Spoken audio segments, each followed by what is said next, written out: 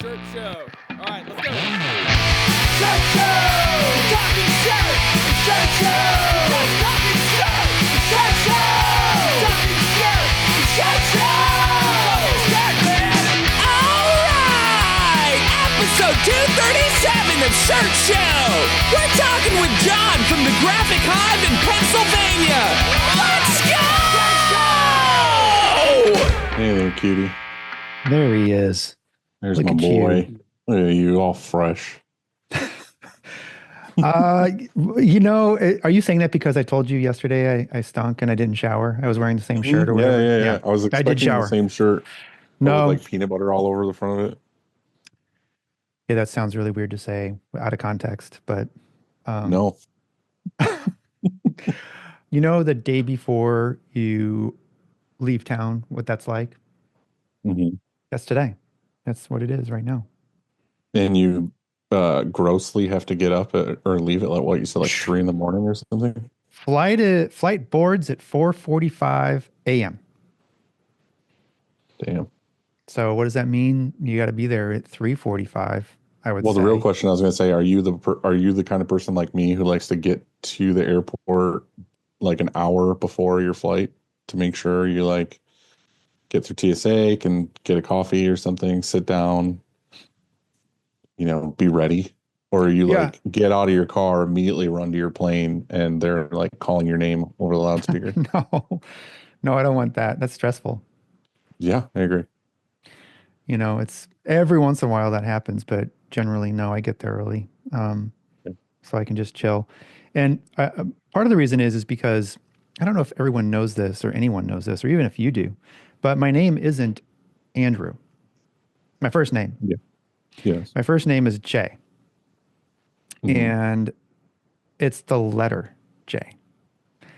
And that's a problem. Why? Because nobody believes me, and including the government. They're like, no, that's not true. What does it stand for? And I'm like, well, and anyway, and so when people go to book flights for me, which is what happened in this case, they put my name as Andrew Rudman, even though I have a passport and I like show them and stuff. They just overlook the J. They're like, that's not real. It's got to be Andrew. Mm-hmm. And so when I get to TSA, and the ticket, as you know, has to match the TSA pre-check number. And when it says Andrew Rudman and then my thing says J. Andrew Rudman, they're like, well, this isn't right. You're going to do it too. Well, I didn't know that, but why did you just choose Andrew instead?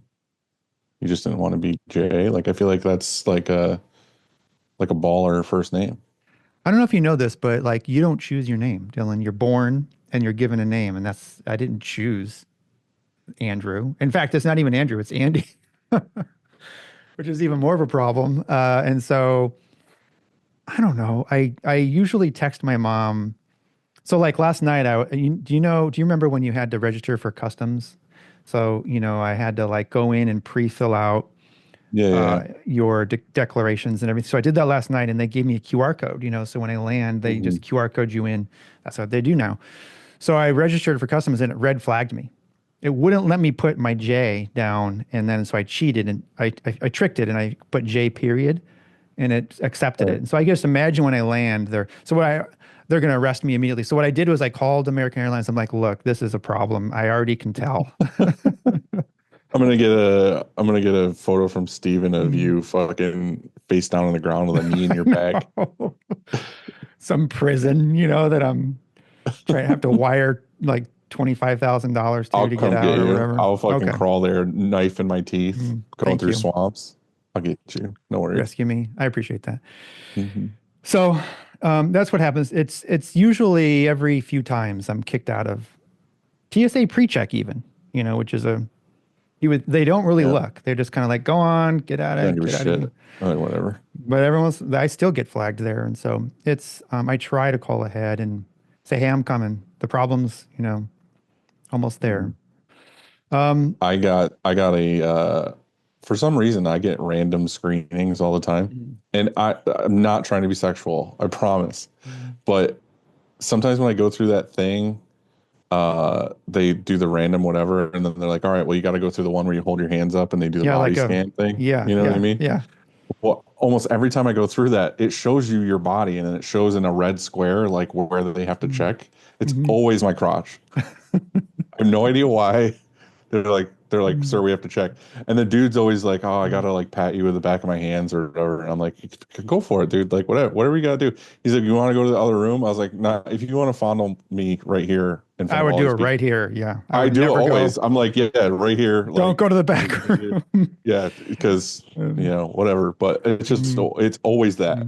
It's not like a watch or a belt or whatever. It's just always straight It's package. probably because it's out of range. Like it scans you and they're like, wait, this is an anomaly. Hold on. And they have to say, we got to make sure This has to be a weapon. This it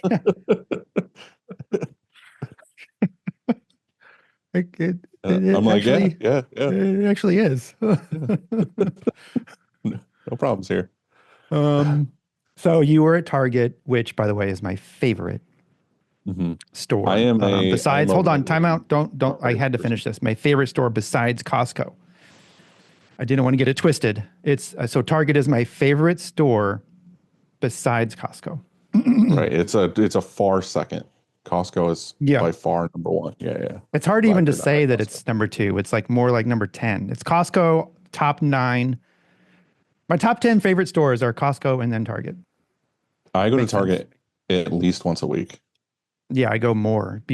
I think it's only because I just moved and it's like 80% of what's in my new place is from Target. The two places I go are Wegmans and Target. And it's like Target, I get like whatever random shit I need once a week, some groceries, and then I go to Wegmans and get like other like grocery stuff, or Sam's Club if I'm getting shop snacks. Those are like my 3 stores. I think that we're at an age now where our parents are becoming us. So like, when you were at Target last night, you said you couldn't find your mom. She just wandered off. Like, Mom, where are you? Where you can't. And so it's like, I don't know if you heard me berate my mom when we were on the phone. I was like, where the fuck are you? It's like the roles are reversed now. Like when you were a kid, your mom was like, where are you? And now you're like, Mom, come on, keep it together. She asked me to go with me someday this week to like get Christmas stuff for the kids or whatever. And I was like, yeah. So last night I called her. I was like, oh, I'll take my mom to dinner. We'll go to Target. We'll get stuff, whatever. And then we got to Target. She was just like, yeah, like you said, like a little kid. Like every couple of minutes I'd be walking along and I'd turn around. She's gone. I'm like, where the fuck did she go? And she's like looking at random clothes or like dog stuff. And I'm like, it got to the point where I was just like, whatever. You'll find me eventually. Like she's that little kid in the store being like, Mom, where are you? Like that's what she was doing. At some point she was like, Dylan. And I was like, I'm over here. Yeah. My mom comes over for dinner once a week and I make her, I don't know. She like my cooking is on point. I know, I know exactly what to make my mom to make her happy. Yeah. Right. Peanut butter. Yeah. So how's the shop? Good. Things are nice right now. Surprisingly, we got, good schedule, good things going. Yesterday, the Turnabout took a shit. Huh? So yeah, it just stopped like working. A motor or what is? Bill had me out and said, hey, it won't turn on. And I was like, oh, fuck. All right, whatever. So I unplugged it, plugged it back in because obviously that's like the first thing you should do is turn it off, turn it back on. And it started working and I was like, oh, sweet. Fuck yeah. Like it just needed to be turned off. And then like an hour later, it just stopped working again. And I was like, all right, well, let's unplug it and plug it back in. And then it worked again for a couple minutes and then shut off. And I'm like, And I tried like multiple outlets too. So it's not like it was just that outlet. Like at first I was like, oh, we blew a fuse. And then it wasn't that. So I don't know. I put it in the Discord and they were, Majet was saying it might be a relay or something. So if I get a chance today, if not tomorrow, I'm going to take it apart, see. Of course, Majet had the answer. Right. Yeah. Well, I'm wondering, it sounds like just it could even just be the toggle switch. You know how that switch goes up and then middle and then down? True. Well, that's kind of what I figured. Like my first thought was that something came like unsoldered or, there's a loose wire connection or something somewhere. So I'm going to take it apart, wiggle and jiggle everything. Yeah. See what's what and then go from there. Yeah. It's a pretty simple machine. I think that, Yeah. there's a part in there you're going to fix. There's not a lot of options. There's only a few things that Mhm. makes it work. The motor that spins. Yeah, yeah. So we're doing good. We're not running all three presses today, just two, but strong. It's a two strong. It's a strong two press day. That's what I was trying to say. Mm. I'll take that right now.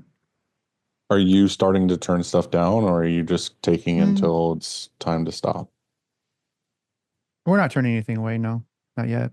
I mean, in embroidery, there's a wait list, It's just but so funny. Like I I mean, I know it's certain markets, but we have so many friends in the industry that are shop owners, and we all always ask each other like, how's everybody mm, doing right now?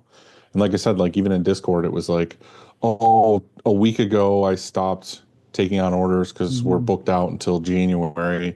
And then the next shop's like, oh, I have like nothing. I have like 2 days worth of mm. work. Like I'm still waiting for jobs to come in. And it's like so random. Like right now we're good and comfy. We're not turning anything down yet, but we're starting to like make plans of like, if you place an order now, it's not Mm. going to be until after the new year. But still, it's so random how some shops are slamming and some shops have nothing.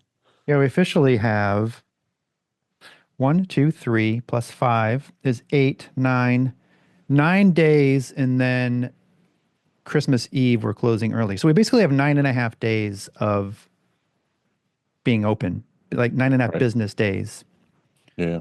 left until Christmas, and then we're closed until the second. Close that whole week, Yeah. you know. Same. And so that's really wild to say that this year has 9.5 days left. This episode comes out on the 2 weeks from now. 23rd. Yeah. Okay. So on the 23rd. So let's mention again So that Merry Christmas. Happy holidays. actually, yeah, Merry. So perfect. There you go. Um, happy holidays. Yeah. Happy I don't know what we holidays. can say anymore, but You can say whatever you want. You say yeah. whatever you want. Whatever you feel Merry like saying. holidays. Happy Hanukkah. There you There go. you go. Yeah. We have a happy hour. We need to keep mentioning, but we don't know. We think it's at the same spot, Yep. I got an email right? today that Mm, it should be same spot, same food. We're talking about doing something differently, maybe with bands or a DJ, so it's hmm not as loud in there. Yeah. But yeah, it should be Merch, Thursday at ISS Long Beach. Uh, the shirt show, happy hour, like hangout. 6 o'clock, 7 o'clock. We don't know. Just Something sometime. like that. We'll let you know. We'll make a flyer soon, and it'll be a whole thing. Have you taken that hat off in 3 months? Nope. Hmm. Look at this. I got a little trim, but I still have hair. Looks good. I do. I get a hat and I wear it until it feels gross to wear anymore, and then I get a new one. I Okay. don't change out my hats. I got this sick hat 2 weeks ago. Actually, a Logo Daddy and I both bought a hat. We were at this our favorite hangout. It's called Stews. That it's just like cozy. I don't know if you can fit 30 people inside this bar, but it's kind of new and it is you would love it. When you come like the food and the drinks, the whole thing, the vibe, it's great, right? And it's part of our Wild Wednesdays, what we do. Anyway, I'm there. We bought these hats like a month ago or whatever, just because we wanted to represent like Stews. Yeah, fuck yeah, Stews. Well, Stu's is our place. yeah. And so so this last, I don't know when it was, a few days ago, maybe it was this weekend. I can't remember. But we were there and the waitress had a shirt on with like wolves howling at the moon or whatever. And I'm like, hey, that's a sick shirt. I like your shirt. Fuck yeah. And she's like, oh, thank you, thank you. And then we somehow got talking. I was like, yeah, that's what we do. I do. And so Logo Daddy's there, and I'm here. It's like, yeah, that's what we do and everything. And she's like, oh, you got Instagram? I'm like, here's my Instagram, yeah. And so she's like, whatever. And she goes, yeah, I think we might be looking for merch or whatever. And so she goes and tells this guy, what's his name? I can't remember. Whatever, the owner Stu. comes out, and it's not Stu. I thought it would for sure. Yeah, it's got to be Stu's, but it's not. It's like, dang it, I can't think of it. Anyway, he comes out and he's like, "Hey, you do merch?" And I say yes, and then Logo Daddy's right there, and we're about ready to fight, right? I was gonna say like So, who's happening here? and so I was like, "Yeah, shirt Kong right here." And so I felt bad. because honestly, it's it's weird because I want us both to print it. It's sort of like with when you and I were. I told that story and I was like, "Hey, I'm bidding on this really great account. We have like it's going to be a ton of orders. It's going to be Something we've been life-changing." working on for months, and we were both doing it at the same time. Yeah, this is going to be like a life change. This probably be one of our top 5 customers of all time. And then I start talking about that on the episode, and I'm like, man. And so they just asked for revisions on this quote, and then it's going for this TV show, and you're like, TV show, and you're like, oh shit, we're bidding on the same exact job. And I felt so bad that I withdrew our bid because I didn't want to. But you and I don't John know. in that moment, you were right next to each other. You could have rock, paper, scissors for it. We could have, but hold on. I'm the one that said to that girl, I told her I complimented her shirt. So like I started the conversation. And Yeah, then that's true. she saw my Instagram and she's like, oh, let's get some shirt. We need some merch or whatever. And so I was talking to Loco Daddy yesterday and I'm like, hey, by the way, when we were both there and I'm like all of a sudden getting a t-shirt order, which it's not going to be a huge order or anything, but still it's kind of fun because it's a place you like. Yeah. Like that's the best when you're at a place. I almost place. more treat, this is shitty to say, but like I love those things when I have a connection to the place. Right. Yeah. Oh my gosh, I love this place. We come here all the time. I get to print the merch. This is the best. Right. Well, anyway, next door is the best Mexican restaurant in St. Louis. It's called Chava's. It's fantastic. And last night I was talking to John. I was like, John, we're going to go in and we're going to get that account. Like you and me. Like I'm working for Logo Daddy. We're going to go. They order so much more than Stu's. Yeah, it's like the top 5 account of all time. Yeah. But yeah, so we're gonna go because we go there every Wednesday. Except tomorrow I'm leaving for Honduras, so we're gonna have to skip. Mm-hmm. It's canceled. Wild Wednesday is canceled this week. Everyone, don't go. Don't Less Wild there. Wednesday. Yeah, it's Mild Wednesday.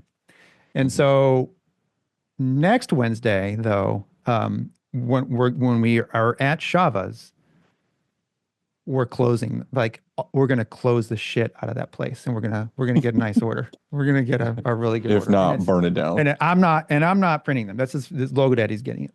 So then we're even, right? Then because right now it's out of balance. I don't feel good about it. Yeah, I get it. Okay, yeah. Well, that's nice of you. I'll do that for you if you want. You want me to do that? Okay. Let's go. I'm just gonna fly to St. Louis. I'm gonna get Stu's and Shaw's. Damn it! Probably would. Frank. It all starts with a screen, and whether it's new stretches or restretches, Frank and his team do it the best. To find out more, go to graphicscreenfashion.com, FFFFF. Rank.com. Or greatfuckingscreens.com. Greatfuckingman.com. The world's best. Dylan, cleaning screens is no fun, but EasyWay makes it way more fun. Their line of eco-friendly chemicals will make reclaiming screens a whole lot easier. Check them out at easyway.com. EasyWay. It's the easiest way. Mm-hmm. Graphics is the source for production-ready digital art and remote art staffing. We use them every single day. They can help with any size shop. You can learn more at graphxsource.com. You can call 1-900-HOTStuff.com, or you can fly to Honduras at 3 a.m. 3 a.m. and then check it out for yourself. See, get a HQ tour. That seems like the ideal way to do it. I would. Mm-hmm. And you can go and you can actually, because Andy's not going to see it. He's going to be in prison. So you could go there, high five him, and then go. Help me escape, please. Or bring me something. Peanut butter. Like smuggle some peanut butter into the prison. I'd appreciate that. Mm-hmm. Choosing the right emulsion for your shop is complicated, and that's why we love Chromaline. Go to chromaline.com to watch Kev's vids or contact him on Instagram at the Emulsion Guru. DM him a lot, your questions, and then you will nonstop, doesn't matter what time. And what'll happen is you will get the answers you want, the answers you really want, and the answers you want more. Right. If you don't get blocked by Kevin on Instagram.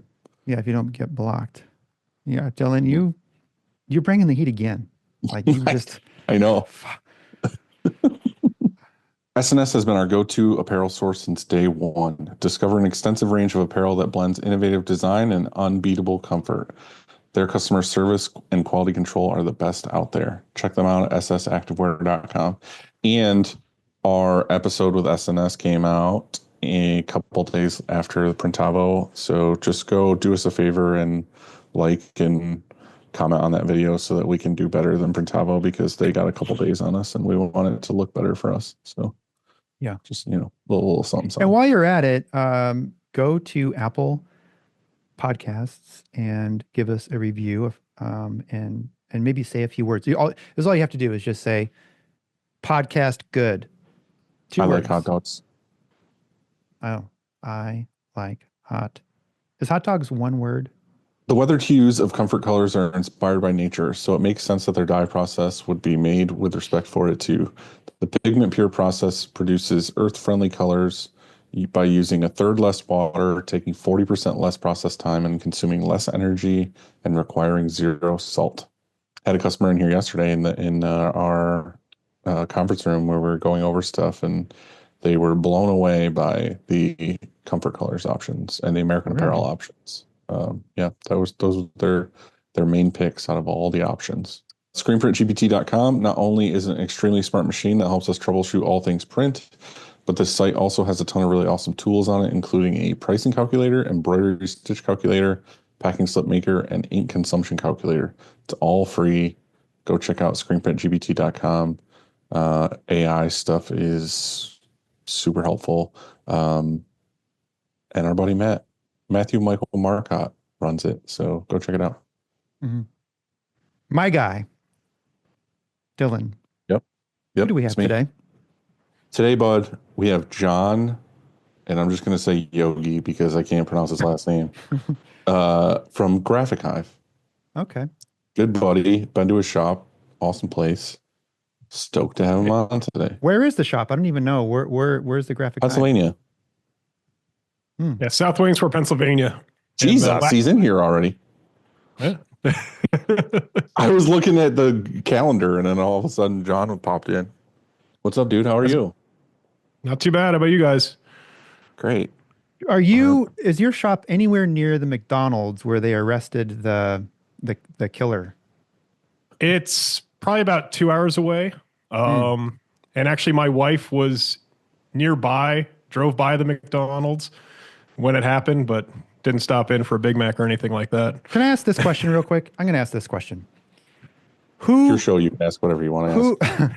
Who commits murder, then later is at a McDonald's with the weapon and the manifesto? Like who? Yeah, because it's not real. It might not be. It's not right? real. I mean, no, it's planted. It's not real. Also, somebody with a mental illness that the CIA planted at McDonald's to get caught. And I'm not trying to joke about this because it's serious, but also who, you're going to assassinate somebody basically, and you're going to pick the spot because you're going to shoot him in the back and you're going to do it right here. Who picks the spot right directly under the camera? Would you not do it maybe like 20 feet down or something? Like this guy, something's wrong. Like that's wrong. And then he escapes the city on a bike with GPS on it. Like not like a bike, but like a. Well, are they those like city bikes that are tracked anyways, or? Yeah, it was tracked. Like he got on the thing that was tracked. Like what's going on here? It's all fake, dude. It's not real.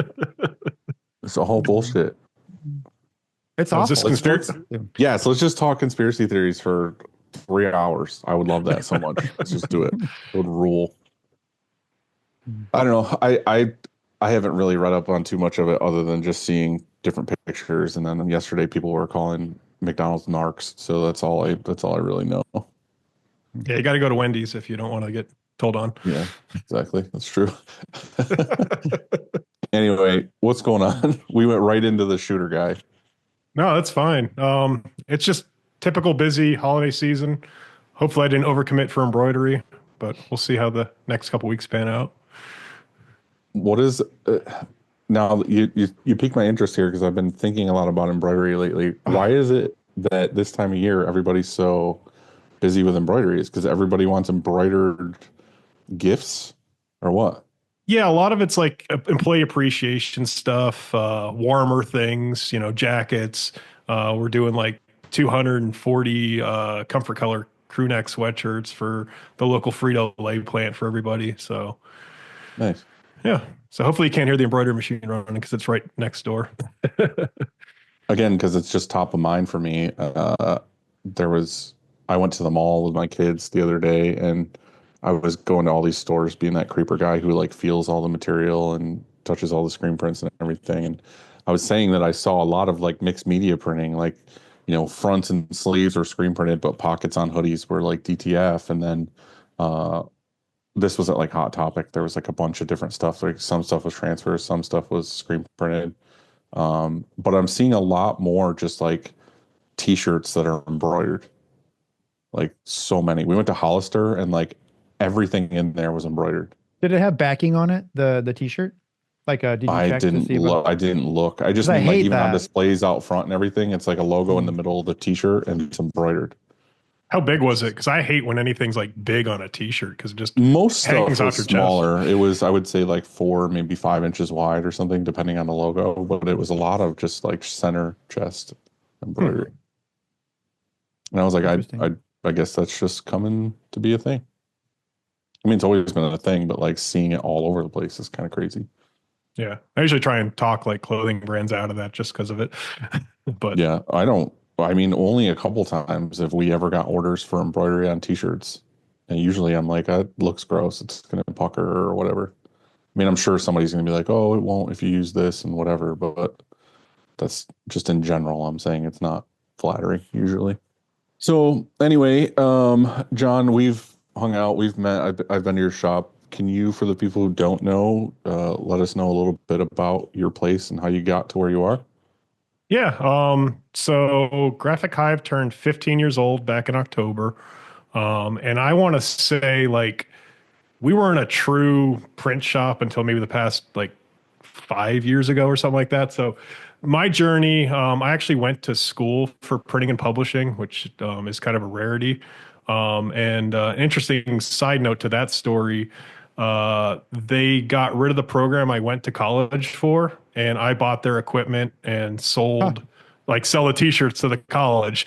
So that was kind of a neat little, like I didn't start with like a little Riley 4x1 or anything like that. I had a Hopkins 6x6 and like a lot of neat professional equipment to get started with, but I knew nothing. Like I went to school for it, but I barely learned anything until it was kind of like the past recent years getting more involved in Facebook groups and listening to podcasts and stuff like that. But we started as an apartment-based business. We wanted to be like a design firm, high-end design, and found that design by itself doesn't pay.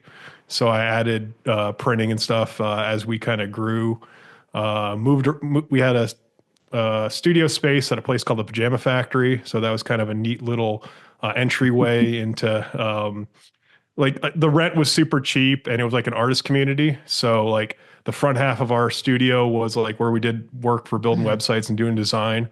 And the back was like a artist gallery. So we had the idea that, hey, if people like art, they might want to own a business or do something. That never really panned out. But we moved downtown and got a whole building for, again, pretty cheap rent. And like the front or the first floor and half the upstairs was all art gallery, and we still kind of toiled away at the design stuff. And then somewhere in there, I added the screen printing equipment from the college.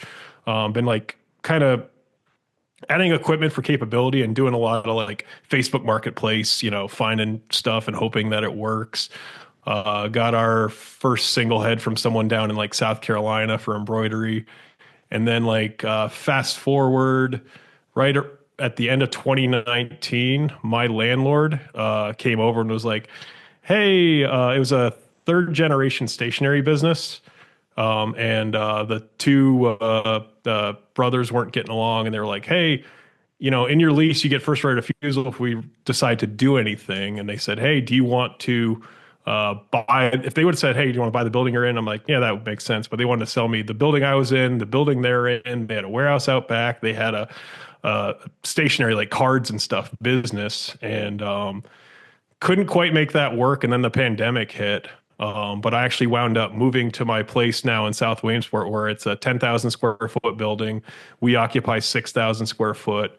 And like we've got 8 heads of embroidery on the second floor. We've got a digital department with like a Brother GTX. I got a couple heat presses. And then in the basement, I have a Rock 810. So kind of full service. The only thing I wish is like the building was just one flat space, because it's hard to always have to traverse, 2 flights of stairs to do an order check or figure out something. So, so I lean on technology a lot to help with some of that stuff. You're the first shop I've ever visited where you cut a hole in the ceiling so that the press could go up and down. Yep. Well, it was funny because when we were like looking at the autos, I was so used to seeing the table up ones, and I forgot how tall the Rock was and how short my ceilings were in the basement. And I'm like, so I reached out to our rep, and I'm like, does that light bar come off? Is that necessary? It Right. just fit. Like I couldn't fit a bigger press if I wanted to in that space. So what kind of happened? Because you said you were super into the graphic stuff, and then all of a sudden you got into printing. Is that kind of overtaken now? Or I mean, I still try and give a little bit of attention to the agency side of things. It's just the challenge I always have is how long it takes to build a website or do something like a booklet or something like they're involved projects where like a lot of the apparel stuff's churn and burn. So I use apparel as more of like my cash flow more than anything, because you might have a web project that gets stalled for, I don't know, 3 months because of approvals, or you don't have the content or anything like that. And it's easy to get over capacity for the web stuff, because if I land 3 projects at once, it's like, okay, now what? right. Well, I mean, that kind of ties into what you really wanted to talk about today, was kind of like, I guess, do you get to the point where the business is running and you're just kind of like doing stuff, not necessarily in the background, but working on it? Because that might be good for you if you want to do the graphic stuff more and have time for that. Like printing is running itself, and like, what's the dilemma there? I think the challenge is just all the little nuances, and it's like, you might have like a written policy, but there's kind of wiggle room depending on the client or what's going on, whether it be like, oh, this client's only net terms, and kind of, I just feel like I've tried hiring people on to help with sales and support. And like the other thing that I think is a disadvantage, but I feel like I'm stuck, is I'm like one of the few shops that use Deco Network. So I'm not on Printavo. And it's good if you know how to use it, but it's also very kind of locked down. So I've had you almost need to be somewhat computer savvy to really enter the quotes, get things right, get the system to work the way it needs to. So I don't know. I guess my big thing is just like, if I'm not doing sales and order entry, it's like, okay, we don't have any money to pay anybody. So I want to remove myself a little bit from that. And I don't know how, like, because I can make procedures for, the printing operation, for embroidery, all that kind of stuff. The challenge I have is just like the street smarts, or the, how to take care of a client, or exceed their expectations. So My initial reaction to this is, well, then just change software. I mean, I don't know anything about Deco Network, so I'm not saying if it's good or bad, but I'm just listening to what you just said. And if you think that that's the roadblock of training somebody, or hiring somebody in and having them use some software that is more intuitive, well, then change.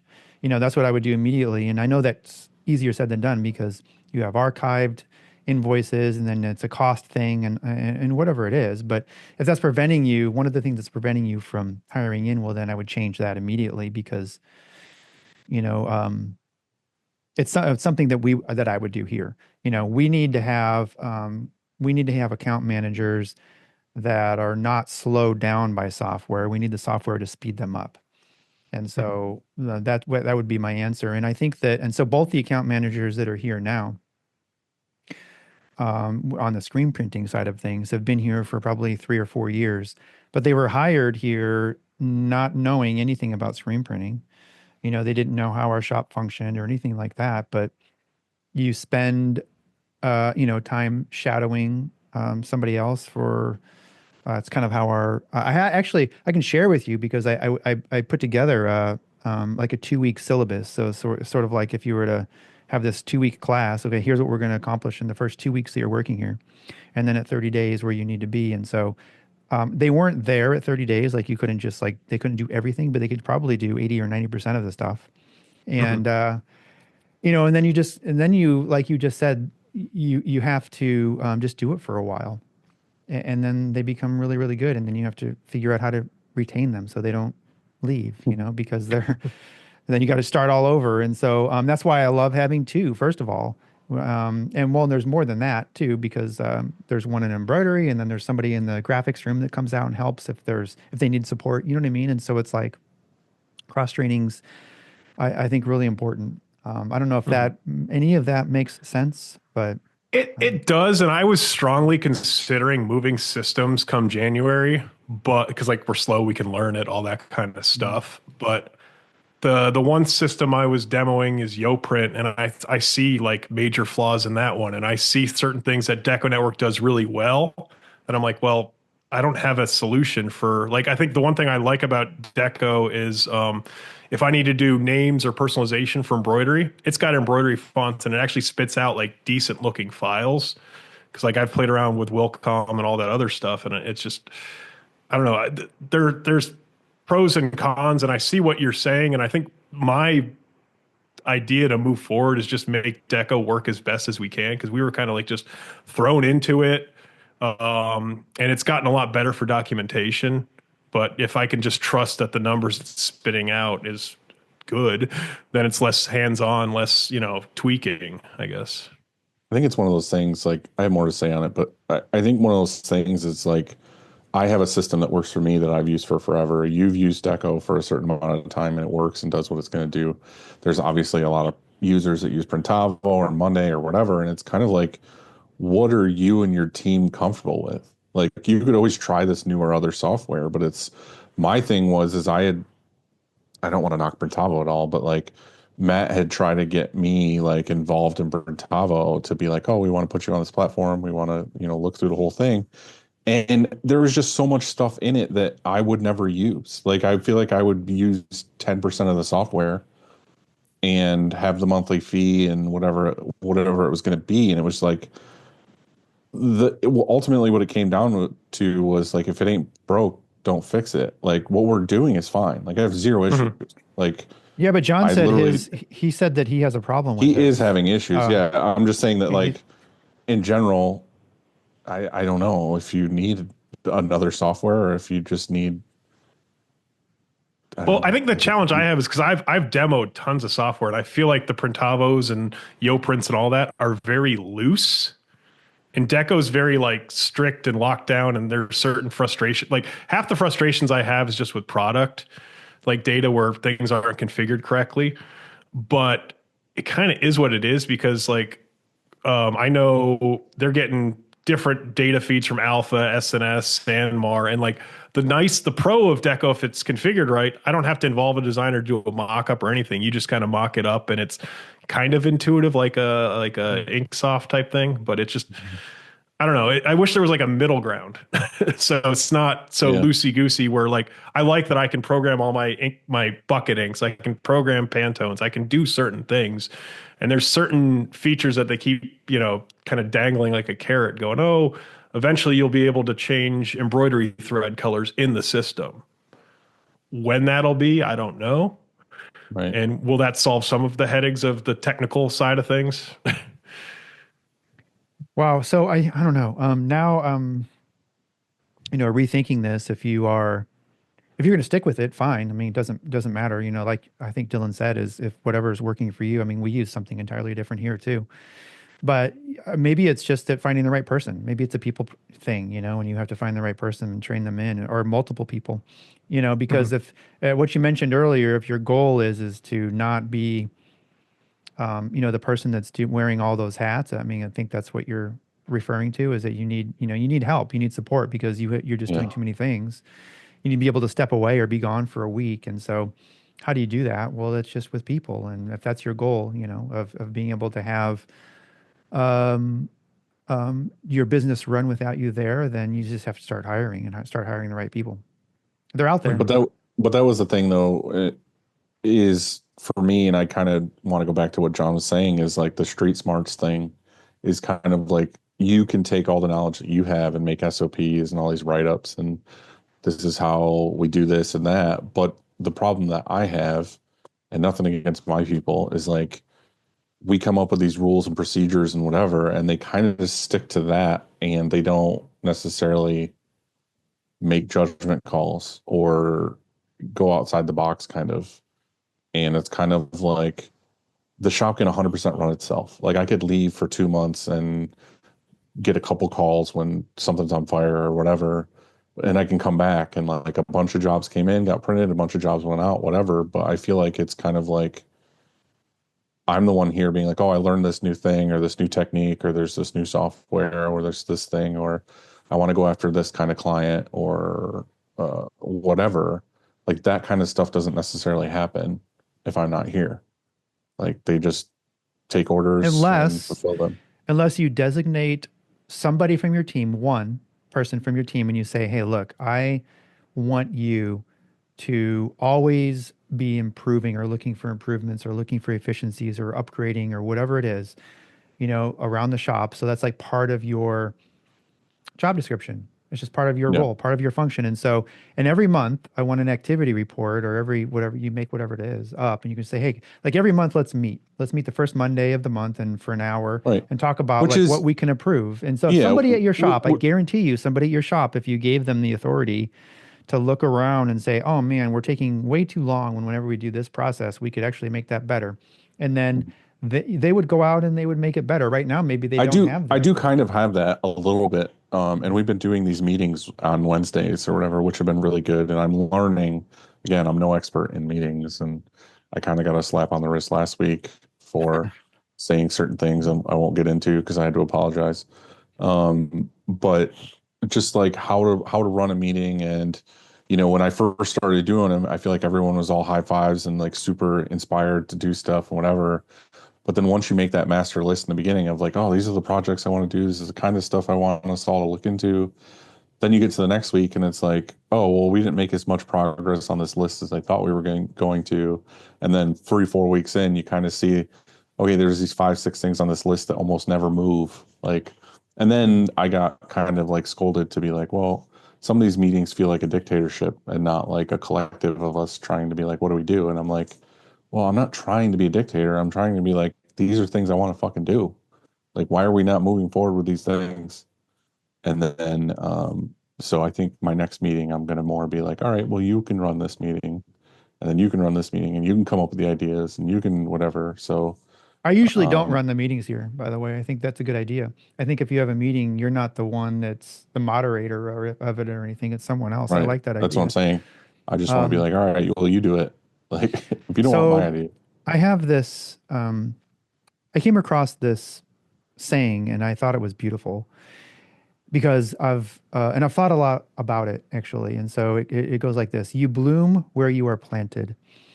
And I was not even thinking of it in terms of like the screen printing shop at all. I was thinking about it personally, as how it like framing it like that. Now that you're mentioning and we're talking about different roles and stuff, I think that when you give somebody the freedom or the power, to make decisions in your shop and beyond expectations, beyond of like what their normal role is, and say, hey, let's look for, ways to improve. I think that they will bloom. I think if you plant that and you tell them that, I think that they will bloom. I think most people have the capacity to do that. And in fact, they really like that. That they like the freedom to do that because it makes their job way more. What's the right word? They're definitely very proud of it. Different than like I'm showing up and doing the same thing until the turns 5 and then I I'm agree fucking with that, going yeah. home. It's like, no, wait a second. I'm not just showing up here. Every day is not exactly the same. I'm here and I'm looking for ways to make things better, and that I get to do that. Well, that's pretty neat. I walked in today, took my coat off, went over because I just wanted to see a press spinning, That's like something that I don't get to see often because I'm just doing other things these days. And it's like, hey, well, that's how this all fucking thing started, right? And so I just wanted to go see a press spin because I think there's just something beautiful about it, right? And so I walked over, and there's a guy that has been that was hired as quality control, so at the end of the dryer, and he's been there since, I don't know, beginning of the summer. And he has a college degree. He's really smart. He's good at it. He's just been doing his job. And I walked in, and he was at press. He was a press assistant today, and I was like, I saw him over there, and I was like, hey, is this you're on press? You're day one? And he goes, yeah. And I held up my hand. We high-fived, and he was stoked. Like he just all. Broke his And hand. what I'm going to tell you is that he's going to bloom right there. That's for sure. Because I think that he'll go back and forth because that's kind of what we do here, and he'll be at the dryer too. But all of a sudden, you get to do more. You get to be involved on the press, and I think that's just a really neat thing. And so anyway, I really like that saying, and I think it applies to our lives outside of the shop. And now it just occurred to me that it may apply inside the shop. What do you guys think? Mhm. I was going to say, John, who do you have, and what's in place now? Like who can you Well, have bloom in your area? I feel like, well, and one thing I want to, before I forget, have either of you guys read Traction or the EOS system? No. I got like a quarter of the way through Traction, and I do the audiobooks when I walk, and I'm like, this is making my walk terrible. So I stopped listening to it. Because the one thing I will say, it's like, and I read the books. I want to implement it, but like I feel like I am for the like the, I guess I don't know if you want to call it back of house, like the admin, order entry stuff. Yeah. I'm kind of like a team of one, so it's like, okay, am I gonna have a meeting with myself? But there are things where like you can figure out if you're a visionary or you're an implementer. And then depending on how you score, I think there's a test you can take. It just kind of says like, hey, Dylan, maybe you're the visionary, but you're not actually doing the work. And how do you get, so it's not so a dictatorship, but everyone has these rocks that they have to work on. And I think they do have a format for like a all hands meeting once a month type thing. But And again, I don't know how to go about that because I do feel like I am more the visionary of like, and I hate saying that I'm a visionary. It makes me feel like a fucking weirdo. But like, I think that like I get inspired because I'm in it and I'm trying to, grow this company and whatever. And I have all these inspiration things to look at, like Discord and Instagram and Facebook and just talking to friends and whatever. I'm in it all the time. So I hear of these ways of like, oh, we can do this automation or we can market this way. And I come to the meeting with like these ideas and I'm like, all right, guys, like, let's figure this out and put this into place. And like you said, I'm not the one in certain circumstances that like has to do the work with it all day long. But I do feel like I'm also very forgiving when it comes to being like, all right, we're going to do outbound and this is how we're going to do it. Hire Kevin, comes in, does all this stuff. We create a CRM to put it all in. And then I'm like, all right, guys, use it. That I guess is like the dictatorship of like, all right, this is what we're going to do. Use it. But I also tell them like, I'm giving you the freedom to tweak this however you want. Like do whatever you want with it as long as it works for you. I feel like that's the freedom part where it's like, I still need you to do this task, but I need you to like do it in your own way. So again, I'm learning, like I don't know necessarily what the right way to go about it is, but I feel like I have to be the one to be like, all right, we're going to have this meeting. This is what we're going to try to work towards. But I'm learning the balance of how far to push, I guess. Mhm. So I don't know. Yeah, and I think my challenge is like I had somebody that like I spent probably 3, 4, 5 months. Like she's still working for me now, but she's just moved to a different role where she's helping out with screen printing. And I think like the challenge I've had, and I think I've solved it, is the dynamic of 3 in a department and getting everybody to work well together without talking about one another. Because I've had some bad luck with just employees that are just, I hate to say it, but they're duds, and it kind of brings everybody else down. So like I feel like I've got production handled. I just need to find that right person, spend that time, document it, make my system work so it's not so, hey John, what's going on type scenario, and we get just stuff just goes throughout the door, and I can take off a couple days and not worry. I don't know. Yeah, I think three is a good number though too, because if you had two and one left, then you're screwed. You got one person in that department. It's like always nice to have like the elder in the department, the one under them who's shadowing and learning all their stuff, and then that third one that's kind of like behind both, but could potentially, if the first one leaves, gets burnt out, then you got the second one and the third one still good to go. It's always nice to at least have three as an insurance policy.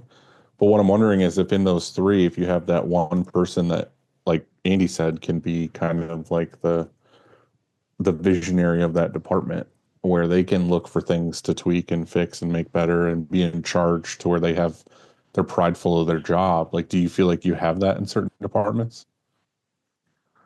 Because that might take it off your plate. You know what I mean? Like if you have somebody who's like, okay, you're the go-to, you're the lead of this department, then they don't always have to be like, John, what do I do next? John, what do you want me to do? Kind of thing. Yeah. Yeah. I've been trying to, especially with like how I either handle things where we're chatting or if we have a meeting, like I value their input. I want to, like, if I'm going to change something, like, does this work for you? Because I'm not down there the whole time or something like that. So I'm trying to get them invested in it. I just don't know if like how if they're going to start it on their own. Like I'm listening for cues to hopefully get some things moving, but I don't know if or I don't know how. And I'm open to ideas, but if there's a way to get people to be like, yeah, I don't like this, let's change this, but like in a way that's not so like let's change everything for the sake of changing everything. Because there are some things that work, and I know there's little nuances and stuff that you can tweak to like the whole I think Print Hustlers 3 years ago talking about lean manufacturing. I love lean, and I love doing like all that little like 2-second improvements, or I've gotten to the point now where I've got all these different little tools and shortcuts and automations and templates where it's like, okay, this thing I've done 7 times in the past month, here's my little 2-second button to make that work. But again, it's a lot of my doing, and I'd love to get more people to do the same thing and have a vested interest in it. Andy, what do you do in your shop? Because I know you have like Kyle and like all these other people in certain departments that kind of are handling stuff, but like, do they come to you? It's almost like the money thing where like, oh, if it's anything under $200, don't fucking bother me. Anything over $200, you got to come to me for permission to spend or tweak or whatever it is. Like, do you have that with ideas too? Because that's kind of what I do is like, if they want to change something or tweak something or implement something in the shop, like they at least discuss it with me first, but I want their idea to be said, not necessarily they come to me with like, this is happening, what do you do? I want them to come to me with an idea, and I'll be like, that's all right, try it. Let's run with it for a little while and see what happens, instead of, just me solving everything. I don't think I know have Kyle has a lot of ideas. Like he probably just does shit.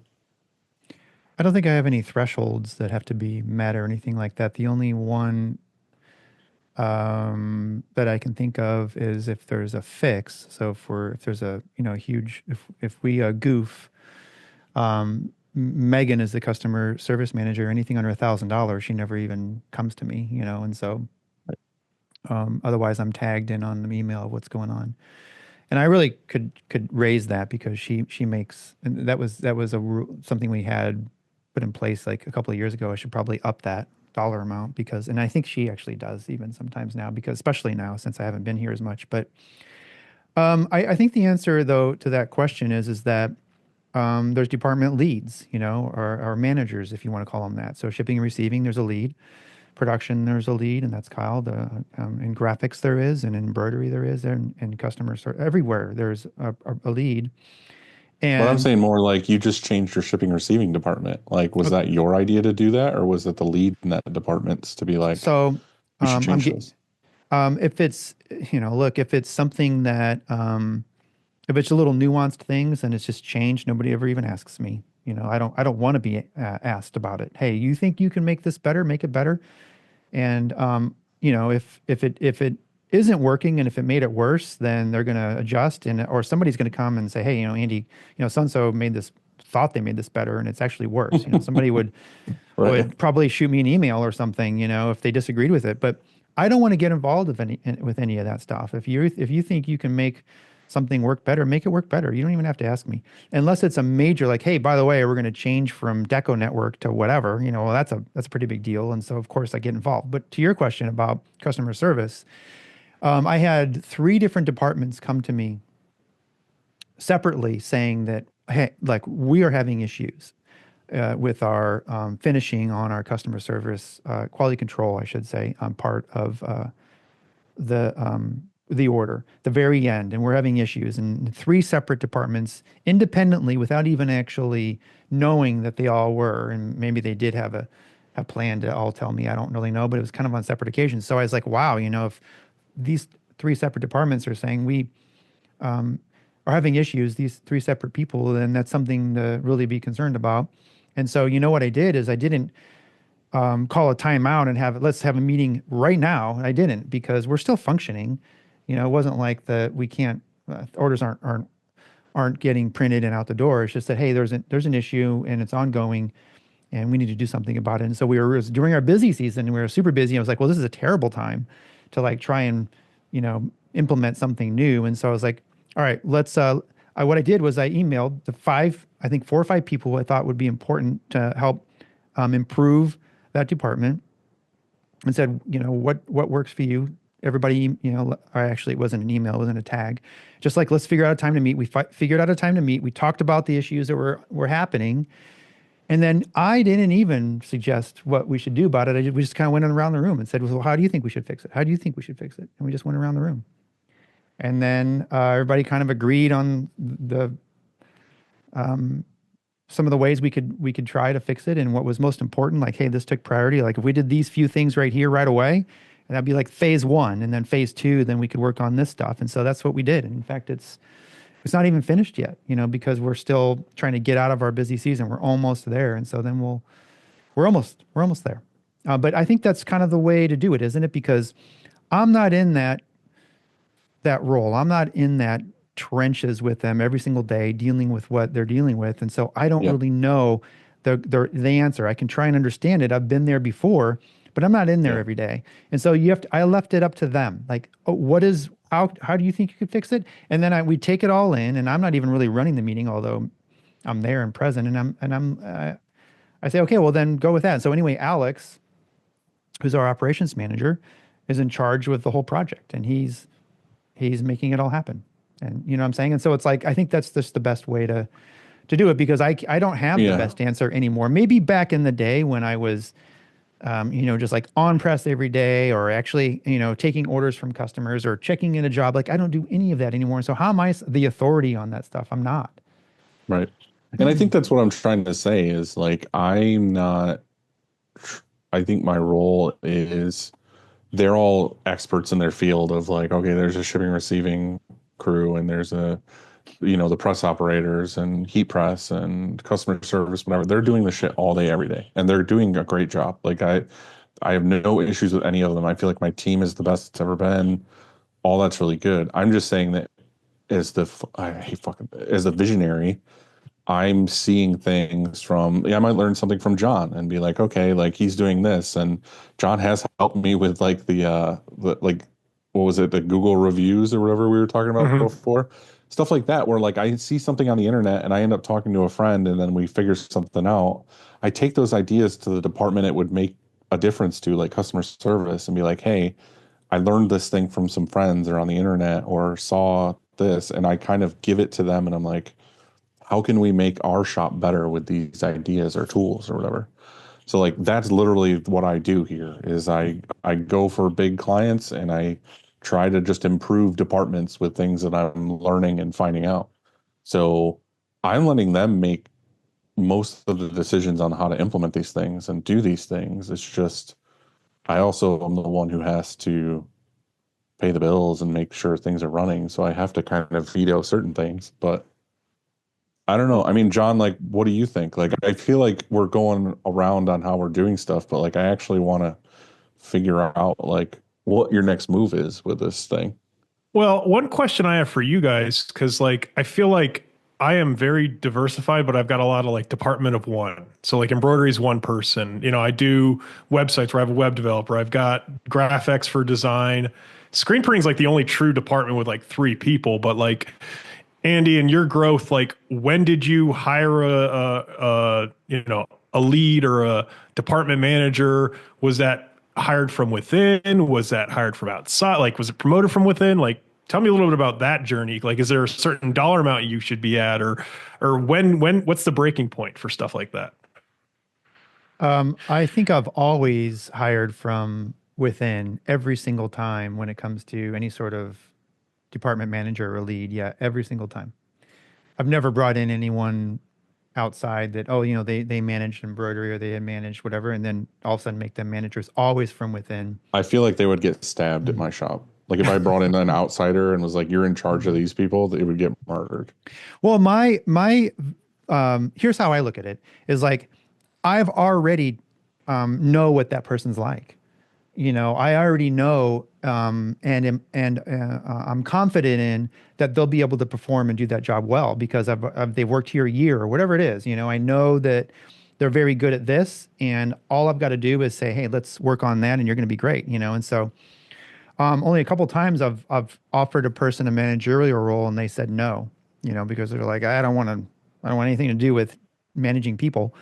But every other time it's been like the greatest of promotions, I guess. And so you already know what that person's going to be like, and I already know that they're going to be good at that job. And so, and sometimes they don't come from that department that they're even in. Like I have I made somebody an embroidery manager and they were in quality control.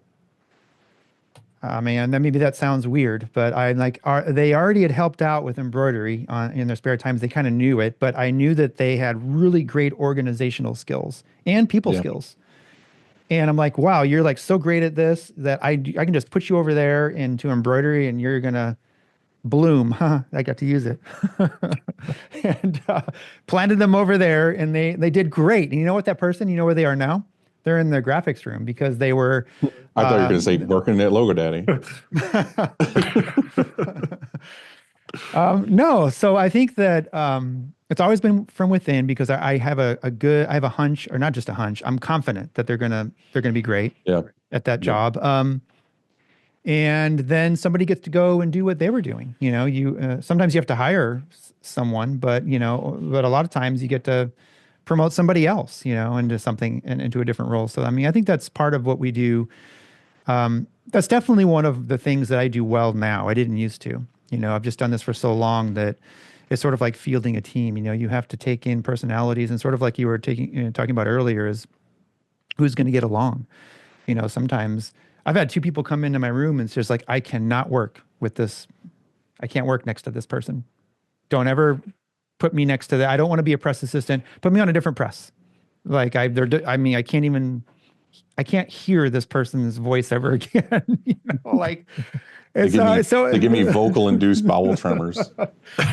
So you have that sort of stuff go on. I get it. And then you're just like, okay, guess what? We have more than one press. We'll work this out, And so I think that's maybe the advantage of having more than, because you just said you just have one person in a lot of departments, and maybe that's harder. When you come to think of it, it's just maybe harder when you just have one, because exactly what Dylan was saying earlier is, and when that person leaves, what do you do? Or if they want to leave, what do you do? It's always better to have more than one. But if you don't have the business to have more than one because you can't support the payroll, then what do you do? So you're kind of stuck. It's like the chicken or the egg, right? I don't know what you do. You're in a spot, So I guess it's just, Dylan, do you have an answer for this? I don't know.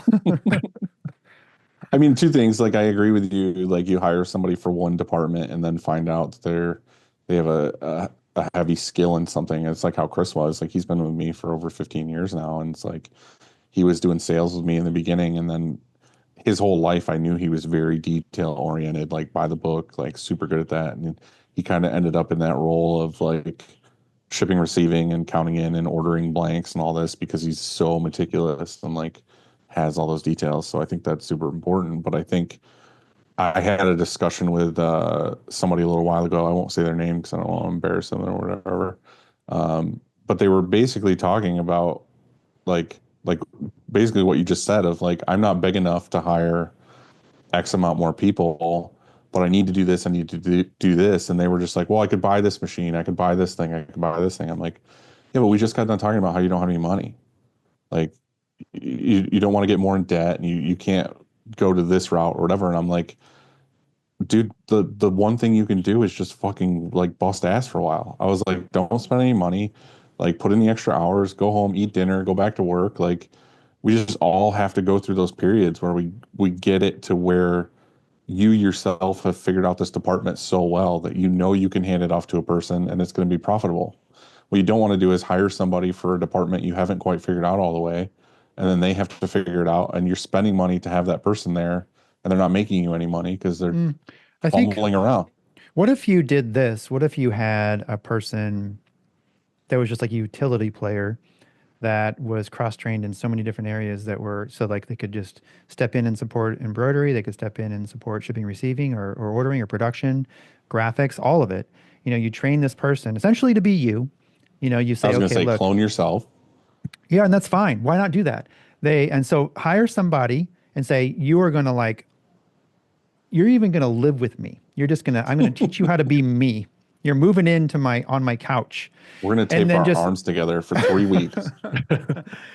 I'm dead serious. Like do that, and teach them how to do all of that stuff so that when embroidery is out sick or if embroidery moves to Texas or whatever that is, that person's just always there that can step in and support until you get the other person in. And also that person's training the next person. That person's cross training this, the shipping and receiving manager to go step over to quality control because, hey, UPS didn't come today. What am I going to do or whatever? So all of a sudden they're over there at the dryer and then the person at the dryer can go do something else. I mean, that's what happens here all the time. Like people bounce around and you know what? They love it because it's not every day is exactly the same. It's not so monotonous of like, oh, I'm a robot. I'm a robot. They get to do something else. And I love doing that Can even. you Like I, can you do your robot impression again?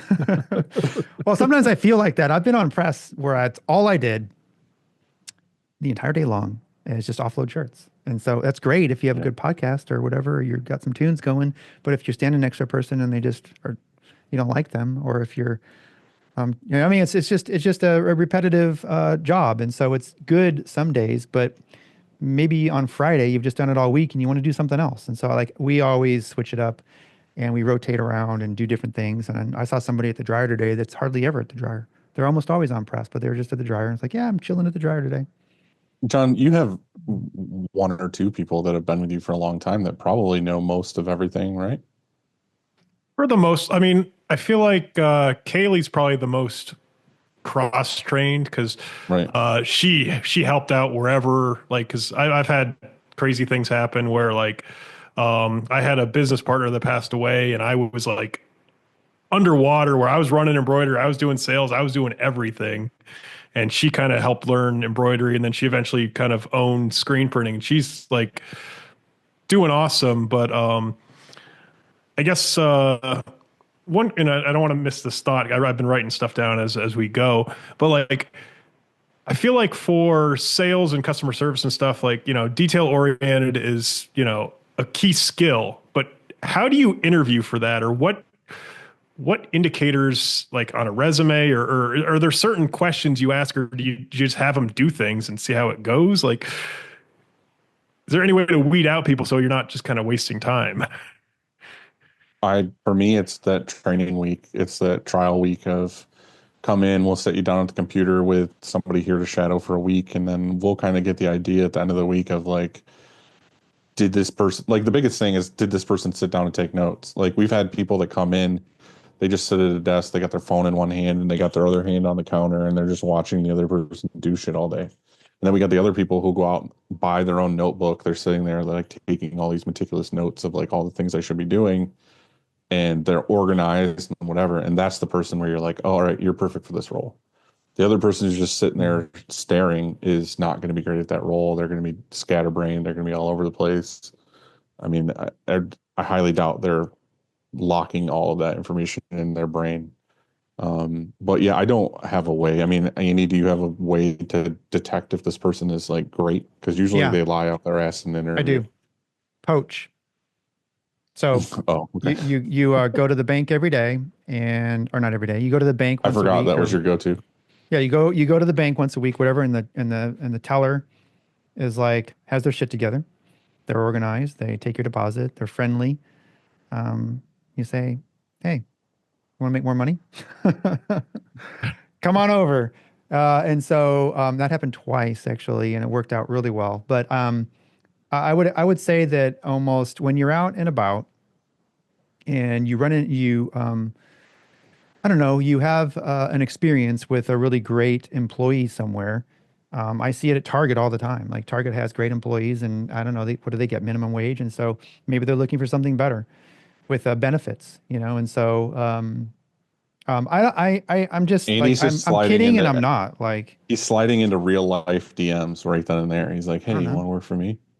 I don't know. You have a server that's really friendly. We went to Dylan. Do you remember when we went to that Balkan Treat Box I know after exactly the what you're talking about. after the zoo? So Dylan and Mhm. I, we go out to eat after. I want to say it was after we went to the zoo or somewhere. I don't know what the fuck. Anyway, it doesn't matter. We go out to eat, and it's this place in St. Louis is really popular, and so there was a long line, and you have to you like go up and order, and then you go sit down, and then they bring you your food. Well, while we're waiting in line, this girl comes up, and she's like, "You guys been here before?" We're like, "Nah," and so she's like, "Okay, well, check out this menu," and then she just goes over it, and she's like, she does this amazing job explaining everything, super friendly, knowledgeable, organized. And what did I think Christina said? Hire her Right. right away. Yeah. You know?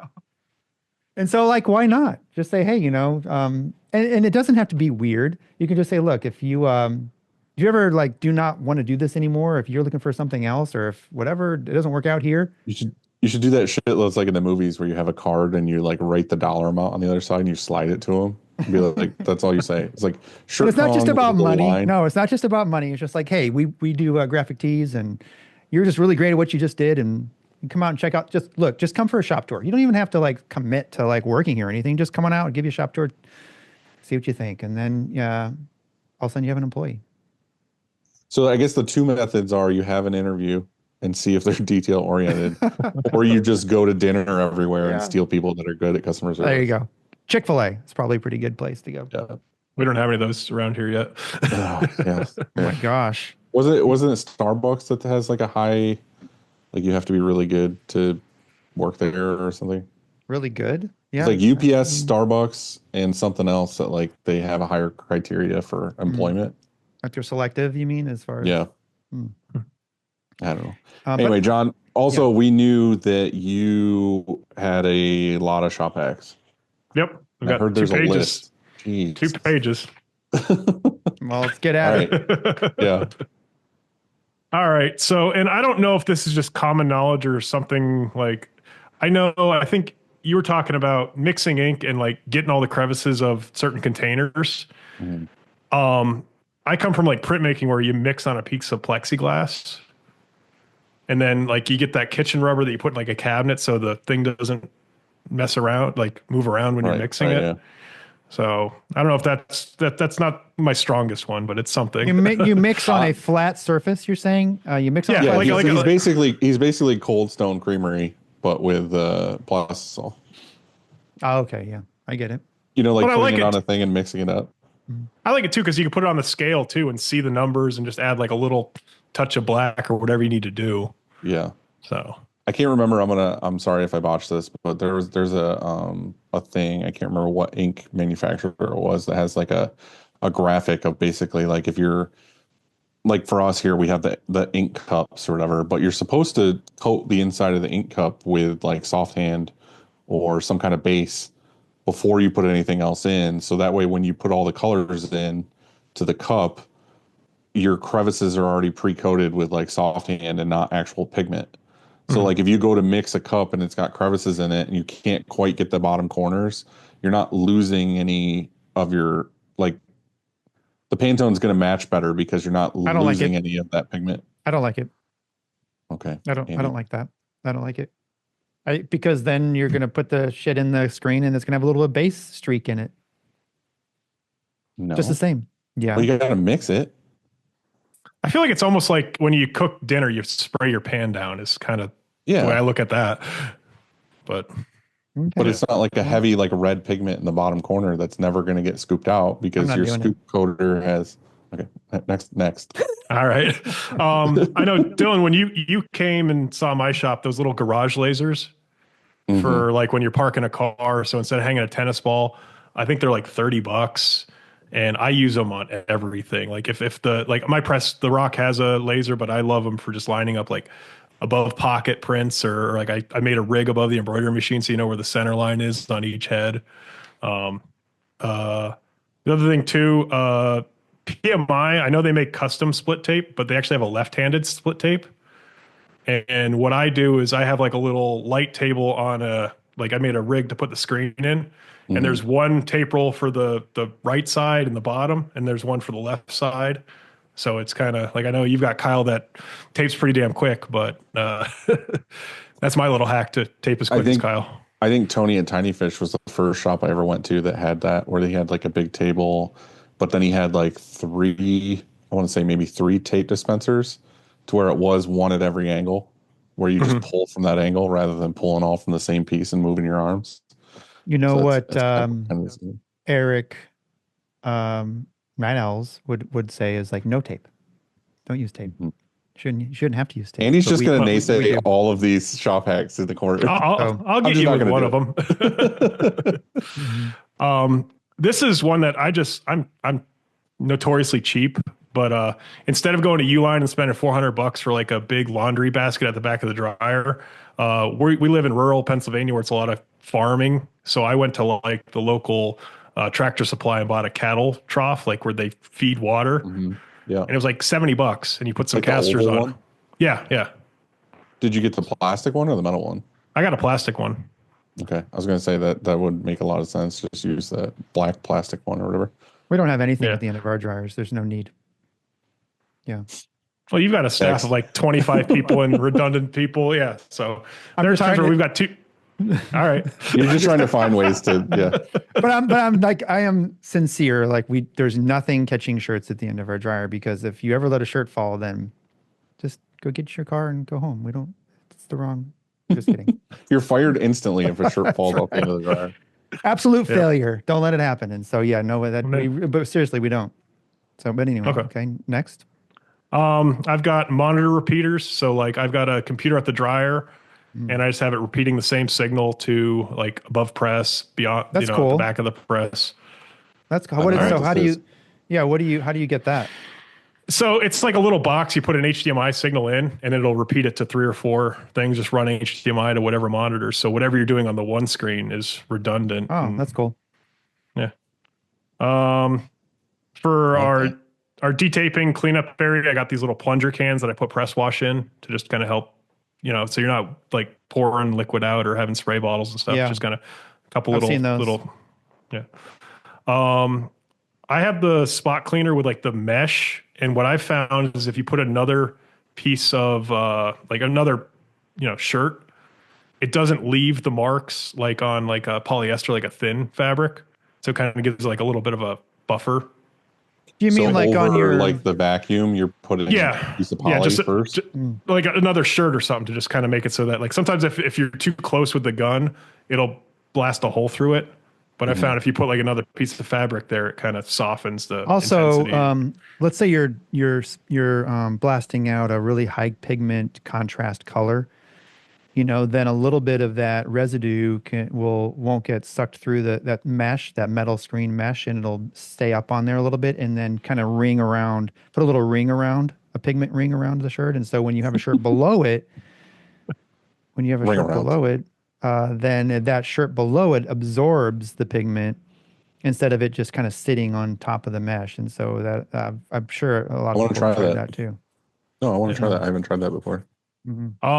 I found this one from Marshall Atkinson. I think it comes from Superior, but putting colored, like almost like day dots, like if you're working at a restaurant, but colored dots on your screens to signify the month of the year, and then you write the tension on them. So if there's a screen that hasn't cycled through and it's like got a red dot and red's for March and it's December, to double check it. So like when we're running, like basically every month we're retesting our tensions. Are you using a specific sticker for that so like it doesn't get washed away in like a reclaim or a dip tank or something?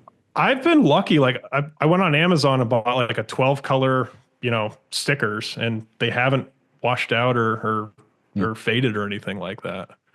But I've always wanted to like, maintain the tension or, have like a log of that stuff. But it's like you enter in the computer, it doesn't really stay with it. And that's just kind of like a very nice visual cue. Right. And It's just like a quick, like, oh shit, I need to check that one because it's red and there's a stack of green here.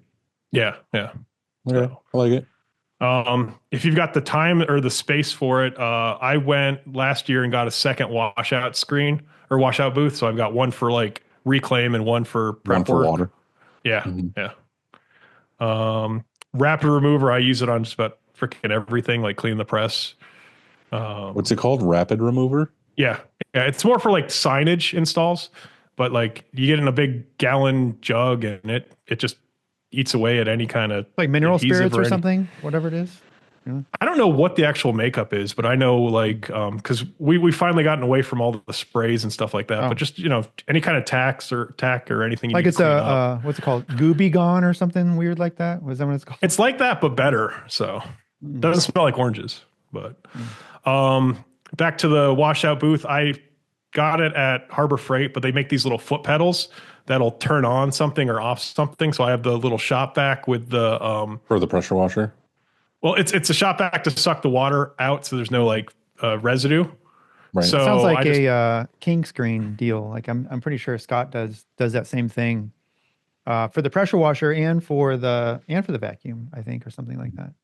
yeah. If people don't know about Print Grip or the PMI version, that's like been a game changer for us. Yep. Same. Yeah. Another Amazon find, because especially in our industry, like you're carrying a big box of shirts. I found this thing that you screw into the bottom of the door and you can open the door with your foot. Oh yeah. Well, it's sort of like it was maybe manufactured for germ-free opening. That same sort Yeah. of foot thing. Yep. Yeah. Does it No, turn the handle or you mean just a push door? No, just like if I have a door that's opening towards me, you just step down on it and pull, and it'll open the door while you have your hands full. I did see, I have it saved, like I have a bunch of stuff saved on like Instagram that I see, but they have these doorknobs now that you can turn, but they also push in. Like they like click in and it like opens the door latch. So if you do have your hands full, you just push on the door handle and Okay. it undoes the door and moves it. I guess they're expensive, but I was like, oh, that would be great for the shop because again, there's that middle door between the office and shop that people are always carrying boxes and they have to like one arm a box, do the door handle, open the door. Be nice to just push the handle. Yeah. Embroidery, my thread rewinder has been probably like a nice money saver. So you don't, if you have like a small run, but you want to run multiple heads, you can spin out a couple spools of thread as opposed to buying, like if it's a small order and you don't want to buy $30 worth of thread, spin a couple spools up from the bigger spool. I have with our phone system, I set up a voicemail for digitizer. So if I see an suspect spam call, I send them to a voicemail that says, "Hey, you've reached the Graphic Hive, but your name came up as suspect spam. If you're a real person, call back." Whoa. You need to change the message to my mom does my digitizing. I've done it all, Andy. I've got the like I've sent them terrible logos to get redigitized. I have to say that's like the shop hack of the year, though. That's a really great. So like you don't recognize the number, or it's like this digitizer. Send them over to this voicemail, but make it far worse than what you just did, and then I feel great. like I saw a thing the other day, and I thought about this for our thing, like that my mom does my digitizing because it was I can't remember if it's a service or if it's a free thing or whatever, but someone made this AI bot that is a grandmother, like the voice is a grandmother. And you can just like if someone calls you that's a spam thing, you can click this thing and it answers, but it's an AI grandmother bot that just talks forever. Like it just hears what they're saying and answers them, but like how a grandmother would be like, "Oh yeah," and it just like keeps going, and it just goes on and on and on and on until they eventually hang up. So you should have something like that. That's just like I like you it. know, grandma talks to you for an hour. I've heard certain voicemail systems. There's like, I think it's like mumbling Marty or something like that, where he's just talking very low and kind of wasting their time as well. But this is a king screen one, but for cutting down DTF transfers, I got a little rotary cutter and I put a battery operated light strip so you know where the cut line is. Oh, that's cool. Yeah. Don't do this as much, but when I used to do heat transfer vinyl, I'd grab like a portfolio that like if you're a college student in design and just slap all the stickers up, like the sticky stuff of your Caesar vinyl. So it's kind of like you bring the book over to what's going on, flip through the pages, and you don't have all this stuff everywhere. That's true. Yeah, I like that too. Yeah. I've used this like any kind of smart device, like a smart light, a smart switch, a smart doorbell. But for us being 3 floors of production and only having 1 bathroom on the main floor, I actually bought a device that you put on the bathroom door. So when the door closes, light goes red on the 3rd floor in the basement. So you know the bathroom's occupied. And I actually set up it with my office so people aren't going to walk in during the podcast. I have a smart light where I tell Alexa, "Hey, I'm busy," and it turns on the light to red so people know that I'm, not interruptible. Yeah, we used to have that too. We had it to where there was like a screw-in light bulb thing that came out the top of the bathroom that basically once the light was on, the light was red. So you knew from across the shop, like, don't stop what you're doing, walk all the way across the shop and find out someone's in the bathroom. They can look from the press and see, oh, it's busy. I'll get to it later. Yeah. And then I've done like smart doorbells. Like we have a little wireless doorbell on our press for like order checks. And it goes to like all the Alexa devices and says, "Hey, production approval is pending." So I know to look at our Slack channel to see what's going on. I love all that shit. I was going to say all the automations. Yeah. Another cool one I discovered, and I've been playing with it, but there's this little thing called a Stream Deck. It's like maybe about this big. It's got like 12 different programmable buttons. And you could have it pull up like a certain Slack channel or pull up a certain web page or add like pre-typed text. So it kind of just almost like your favorites buttons. Sort of, yeah. So, and they make different size ones, but that one's been a great game changer. I know in Gmail they have templates. So if I have like my terms and conditions or stuff like that, I'll load those in. So it's, one less thing I have to copy and paste from. You guys use vectorizer.ai? I can look. I can't remember which one we have been using. I use graphics, of course. I do too, but like sometimes in a pinch. And I think it was made by Vector Magic, but it's probably one of the better tools out there to get a good vector file. I was going to say, it sounds familiar. I think that might be the one that Brian likes the most now. We pay for one of them where it's like $10 a month or something. Yeah, it's been cheap. great. Yep. Yeah. Especially during Black Friday, Cyber Monday, Prime Day, Amazon makes those little like $30 blink cameras. And I put them over the print heads, and they have like a little pan tilt head, so you could see your ink levels and stuff like that from like a tablet. You have cameras around the press to see. Well, for the other side of the press, so you could see what's going on if you run out of ink. Yeah. I've been playing around with a couple tools. There's one called Superhuman, which kind of helps filter out a lot of the junk in email, and you can kind of quickly get through your email. So you have like inbox 0, and there's like AI to it to kind of help auto respond. Notion, I'm trying to use more to get a little bit more of my life organized and create to-do lists and more visually appealing resources boards. I've thought everyone knew about this, but do you know about Freetone? Mm-mm. No. That's the you know how Adobe made it where you have to buy Pantone or pay for Pantone colors? Oh yeah. If you go to, I think it's like Freetone, you can download like the swatch library and put it into Illustrator. So We've never used it just because we've always been told basically how inaccurate the Pantones on Photoshop and whatnot were. So everything's by eye with a book. But yeah, I know what you're saying. Yeah, and the only thing I forgot, I skipped over it, but you ever go to like a department store like a Macy's and you're in the bedding department where they have like the comforters? Mm-hmm. If you have like a Macy's or JCPenney that goes out and they're selling the fixtures, get one of those because they're the perfect size to hold your 23 by 31 screens, and they're on wheels. What is it again? So it's like you go in the bedding department and like where they have the big comforters and the big plastic containers. It's like two shelves and it's like the perfect. I'll take a picture and send it to you. Yeah, but it's like the perfect size for the 23 by 31 screens. I've seen other like a screen rack. You're saying? Yeah, pretty much. Yeah. Oh, okay. So. But you lost me because I was thinking comforters, and then I was waiting for him to be like, "Oh, you do this with a comforter," and he was like, "No, the rack that you put the comforters on." I was like, "Wait, I would never put two and two together for that." Yeah. John, but the first part of this podcast was, how do I figure out how to run this shop without me? And then the second half was you listed 900 things that run the shop for you. So well, I think.